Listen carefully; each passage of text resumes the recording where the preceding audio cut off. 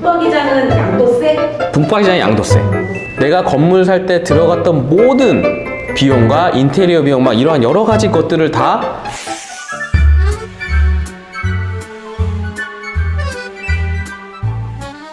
네, 안녕하세요. 세주TV 김주현 세무사입니다. 저한테 상담이 들어온 내용을 중심으로 해서 한번 설명을 드려보겠습니다. 이제 건물을 사시거나 집을 사셨던 분들이 나중에 이 건물을 혹은 집을 팔 때 양도세 계산을 함에 있어서 굉장히 혼란스러워하는 부분들이 있으세요. 어떤 거냐면 내가 집을 처음 사고 들어갈 때 집을 고친 거예요. 인테리어를 많이 하거나 리모델링이나 뭐 이런 거를 하셨을 때 과연 이러한 비용들이 양도세에서 우리가 비용 처리가 가능한지, 소득세나 법인세에서 비용 처리가 가능한지를 되게 헷갈려 하시는 분들이 있으세요. 어떻게 따지고 보면 야, 비용 처리만 되면 되는 거 아니야? 라고 생각을 하실 수 있겠지만 일반적으로 양도세가 가지고 있는 세율이 양도차익이 높은 경우에는 더 높기 때문에 어떻게 하면 우리가 이거를 양도세 비용 처리로 가져올 수 있을까? 에 대한 고민들을 하시는 거거든요. 이러한 부분들에 대해서 제가 오늘 설명을 드려보도록 하겠습니다.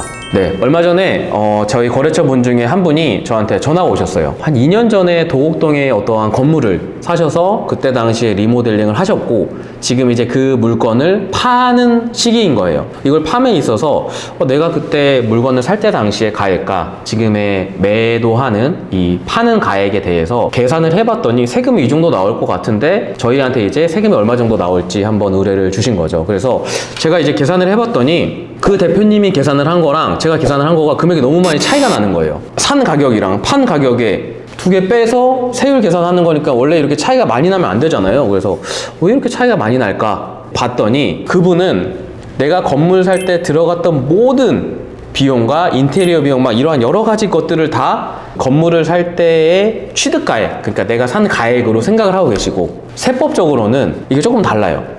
내가 리모델링을 할 때 들어갔던 비용들이라도 그때 당시에 우리가 비용 처리를 받아야 되는 게 있고 나중에 양도세 계산을 할 때 받아야 되는 비용 처리가 있기 때문에 세금으로 계산을 하다 보니까 굉장히 많이 차이가 나더라고요. 그게 대략적으로 어떤 것들이었냐면 똑같은 리모델링을 하는 거라도 이런 거 있어요. 건물을 보시게 되면 창문, 창호 이런 게 돈이 되게 많이 들어가거든요. 이런 거는 어떠한 세금을 계산할 때 비용 처리가 될까요? 양도세 계산할 때 비용 처리가 돼요. 반면에 이 창문 있죠. 창문. 이거는 저희가 그때 당시에 세금, 소득세나 법인세를 계산을 할 때 비용 처리가 가능한 거예요. 좀 차이가 애매하시죠? 하나만 더 예를 들어볼게요. 주방을 확장해요. 이거는 저희가 양도세를 계산을 할 때 비용 처리로 들어가지만 싱크대를 교체해요. 이거는 양도세를 계산할 때 비용 처리가 될 수는 없어요. 뭔 차이야? 네, 이게 뭔 차이야? 이게 뭐냐면 세법적인 용어로는 자본적인 지출과 수익적인 지출이라는 용어를 써요. 자본적인 지출이라고 함은 내 자산의 가치를 상승시켰다.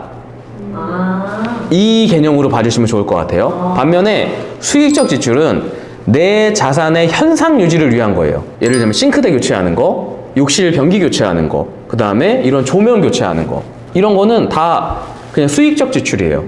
자본적 지출이 아니에요.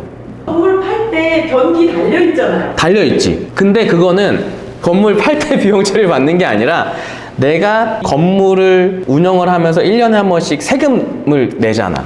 그때 계산을 한다라는 거죠. 비용 처리를 못 받는다는 게 아니야. 네네. 네. 시점이 다르고 내가 적용받게 되는 세율이 차이가 있는 거죠. 근데 양도 차익이 큰 경우에는 양도세로 비용 처리를 받는 게 유리하다 보니까 이 대표님들이 양도세로 비용 처리를 다 받고 싶은 거예요. 그러다 보니까 막 이제 우리가 일반적으로 건물이나 주택을 리모델링 하시거나 인테리어를 하실 때 견적서를 받으시잖아요. 견적서를 받을 때 다 그러한 항목으로 많이들 받으시죠. 베란다를 확장하거나 주방을 확장하거나 방을 확장하거나 창호를 교체하거나 상하수도를 교체하거나 북박이장을 설치하거나 이러한 것들로 많이들 견적서를 받으시죠. 그럼 인테리어 비용으로 그냥 우리가 처리하면 되는 거 아니야? 라고 생각을 하시지만 세무적으로 이걸 하려면 3억이 그 항목 하나를 우리가 다 확인을 해야 돼요. 3억 중에 조명 교체는 얼마고 이건 얼마고 이건 얼마고 이건 얼마고를 확인을 해서 그 3억 중에 비용을 2억은 자본적 지출이고 1억은 수익적 지출이구나. 그럼 2억은 자본적 지출이니까 건물 취득가액에 산입을 하고 1억은 그냥 단기 비용으로 처리해야 되겠구나를 이제 세무사들이 분리를 하는 거지, 금액을. 앞서는 이제 건물에 대해서 설명을 드렸고 이제 주택에 대해서 조금 자세하게 설명을 드려볼게요. 코로나 때문에 주택을 새로 구입을 하신 분들이 굉장히 많이 인테리어 비용을 쓰셨어요. 인테리어를 하게 된다라고 하면은 저희가 뭐 바닥, 벽지를 하는 경우들도 있지만 오래된 아파트인 경우에는 샤시나 보일러를 통으로 교체를 하시는 경우들도 있습니다. 이러한 부분들 같은 경우에는 저희가 건물과 마찬가지로 실제 이 건물의 자산의 가치를 높였는지 아니면 이게 그냥 현상의 유지를 위한 것인지가 굉장히 모호한 경우들이 많이 있어요. 주택의 구조를 뭐 변경을 하는 거는 쉽게 말씀드리면 건물보다 쉽지 않아요. 구청에서 허가를 받기가 어렵기 때문에 주택 같은 경우에는 일반적으로 건물보다는 조금 더 자본적 지출을 인정받는 비용은 굉장히 낮습니다. 왜? 기본적으로 저희가 뭐 바닥이나 이런 벽지나 이러한 부분들은 수익적 지출로 판단을 하지 자본적 지출로 판단을 하지 않아요. 그렇기 때문에 자본적 지출로 받을 수 있는 부분들이 어떤 거가 있냐 주의 있게 보시면 좋을 것 같고 또 해당하는 부분들에 있어서 증빙을 잘 간수를 해 놓으셔야 됩니다. 해당하는 증빙들은 무조건 꼭 주택 산 계약서와 함께 같이 보유를 하시기를 바라겠습니다. 가장 주택의 가치를 높이는 건 재개발이나 재건축에 대한 비용이겠죠. 잘 간수를 해 놓으시게 되면은 향후에 해당 주택을 양도를 하실 때 양도세에서 비용 처리를 받으실 수 있게 되니까 이러한 증빙을 꼭 잘 간수를 하시길 바라겠습니다. 오늘은 건물이나 주택을 구입을 하셨을 때 리모델링이나 혹은 인테리어를 하실 때 들어간 비용들에 대해서 양도세나 혹은 사업소득세, 법인세로 비용 처리를 받을 수 있는 부분들의 구분에 대해서 이야기를 드려봤습니다. 결국 해당하는 비용 처리를 받을 수 있는 부분이 언제 시점인지가 가장 중요해요. 또 어떤 세율을 적용을 받을지가 중요하다 보니까 인테리어나 리모델링을 하실 때 잘 분류를 하셔서 증빙을 간수를 해주시길 다시 한번 말씀드리겠습니다. 네.